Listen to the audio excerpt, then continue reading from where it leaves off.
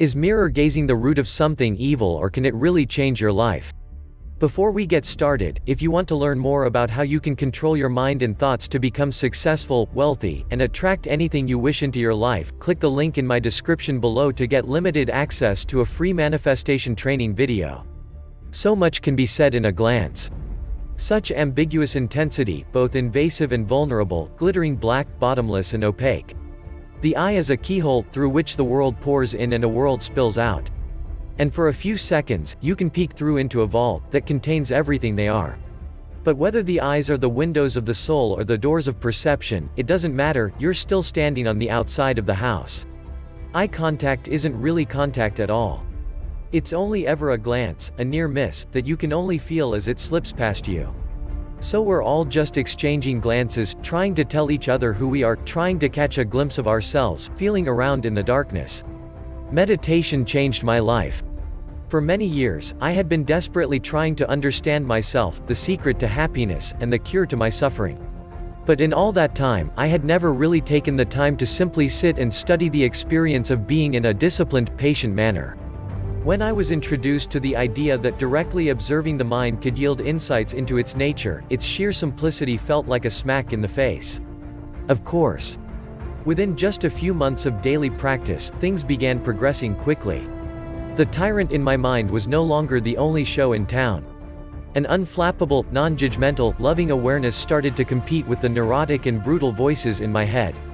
My experiences, when observed from this new perspective, were changing in increasingly surprising and profound ways. As this continued, the value I saw in simply witnessing, in simply being witnessed, grew exponentially. Taking the time to experience the real thing, as opposed to our ideas about a thing, is always deeply rewarding. This is especially true of the experience of being aware. But meditation isn't all roses and chubby Buddha's belly laughing the suffering away. It can be challenging, painful, and even terrifying to sit with our own thoughts, our emotions, and the constant electric flow of stimuli from our nervous systems. Fortunately, we can do this for each other. We can be the loving awareness we may struggle to be for ourselves, for the people we love or are trying to love. It's possible to move beyond fleeting glances, and slow down, even for just a few intentional moments, and give each other the full undivided attention we so deeply crave. Meditation isn't something done only in the isolation of our own internal worlds, it is also something we can share with the people we wish to connect with the most. It is these practices, eye contact and mirror meditation, that I will be discussing in detail. Feel the consciousness of each person as your own consciousness. So, leaving aside concern for yourself, become each being. My obsession with eye contact meditation started the first time I tried it. I was camping on the shore of the Mediterranean Sea with the owner of a lovely pair of eyes and even more lovely awareness abiding behind them. I suggested the idea a bit after the sun had set, as we sat singing by the campfire. We set a 10-minute timer in the form of a wonderful song and began what was to become our first eye contact meditation. We sat by the fire, holding our gazes, witnessing. Our faces wore grins we eventually swallowed as the inevitable intensity of the experience seeped in. As we settled further, a curious thing happened. I began to hallucinate, which I learned later is actually common with this technique. My partner's face grew in size, changed hues, and snapped in and out of focus in novel ways. Meanwhile, she was experiencing what she described as a unique warmth filling her body. Neither of these things was as wonderful and intense as the main event, pouring our awareness on each other, loving, being loved, accepting, being accepted. It was a long 10 minutes, in the best way minutes can be long. Halfway through, the tears came, my favorite kind of tears, to which no specific emotion can be attributed. They rolled down and out just as the fear did, and a profound sense of relief came over me. It was so powerful that I began to shake. This lasted for an additional 10 intense, healing minutes. When it was over, we stared at each other with a new flavor, disbelief. The power of this wonderful tool had made itself known in our campsite. I'll never forget that night. Further exploration, I tried the technique shortly after this experience with another pair of lovely eyes, and the same even more lovely awareness behind them. Again, initial discomfort and eye shifting gave way quickly to light, painless tears. We smiled as we watched them crest over each other's eyes and down our cheeks. When it was over, more disbelief and more loving awareness. I was hooked.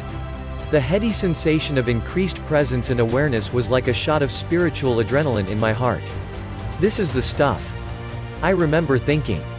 This practice gets right to the heart of what humans desire in their contact with the other and with the self, to witness without judgment, with loving awareness, zero expectation, and no clinging or aversion. In a society plagued by an epidemic of loneliness, being lovingly witnessed and accepted is an efficacious antidote. Perhaps unsurprisingly, both friends I tried this with initially were female, and I had a harder time convincing my male friends to stare lovingly into my eyes while a timer counted the seconds. This is indicative of a culture that practically prohibits platonic male affection, which is a dragon that I think can be slain, at least partially by this wonderful tool. When I did finally sit down across from some of my closest male friends and held their gaze, they agreed it was definitely worth it. Sometimes there were tears, other times, laughter. At times we hallucinated, and on other, we sighed and yawned for a bit and enjoyed each other's presence. And every time, our minds settled, our presence increased, and our love shone. My fascination increased as well. I tried eye contact everywhere I went, with everyone and everything I could, a Van Gogh portrait in Amsterdam, a toddler on the bus to Safed, and a Buddha statue in Myanmar. All three brought me to tears, the immediacy and intensity I felt whet my palate for more. I began to introduce more chemicals into the equation. My first experience had been assisted by cannabis, but my most intense eye contact experiences took place under the influence of all manner of useful compounds, psychedelics for the most part, as well as some entactogens and dissociatives. Mirror meditation, high existence and the ecstasy of direct gaze, it seemed like as good a time as any. 3 hours into our first ever dose of MDMA, our brains soaking in all our favorite neurotransmitters. We set up chairs and a good song. The calm confidence of our practice and drug-induced, low-grade euphoria swept the usual discomfort away. It felt like a small eternity. In a way, it was like we were bringing our practices together, as though we had invited each other into the sanctuary of our respective meditations. Eventually, my friend's face began to crinkle. I could feel sadness's slow burn in my chest as it spread through his face and began to crawl out of his eyes, eventually bending him over. He sobbed there for a while, squeezing himself clean. Sometime later, he sat back up and we resumed. When the timer went off it sounded ludicrous, why would we ever plan to tear our gaze away from each other? We turned it off and continued. Later I wrote this, to describe the moment. In the mirror, I see only that, which sees, and I like what I see and so does he. So we set up chairs, cross our legs and behold in each other, that in which we abide within ourselves. A few months later, in a cabin by the ocean, on more mushrooms than we had ever ingested, we lit a candle between us and pressed play on an appropriate song. Almost immediately, my friend's face morphed and grew and changed. Eventually the side of his face lit by the candle appeared to emit light like a star, and the other side appeared to have been replaced by a black hole. It was stunning. This time it was my turn to cry. The tears rolled effortlessly and silently. At times it felt incredibly intense, almost as though the loving awareness was making a sound loud enough to shatter the windows of that tiny cabin. Every experience with this technique left me feeling as though we all have a deficit of being held in loving awareness. Subsequent eye contact felt increasingly delicious and natural. I felt more comfortable in my skin and more positive towards my friends. The more I do it, the more it pains me that we have an available tool capable of increasing our love and acceptance toward each other that isn't being properly utilized. Meditation is full of paradoxes. We are motivated to lose or transcend our egos, but the we that is motivated to do so is often the very ego we wish to transcend. The idea that we can improve our meditation through social practice may seem to carry contradictions as well, especially when so much of the pain we are processing in meditation is caused by others. But as psychiatrist Stephen Porges says, safety resides in connection, not in an absence of threat. I believe that these twin techniques offer a unique and direct way to reach this connective safety. To find healing, we need to find each other. To find each other, we need to find ourselves.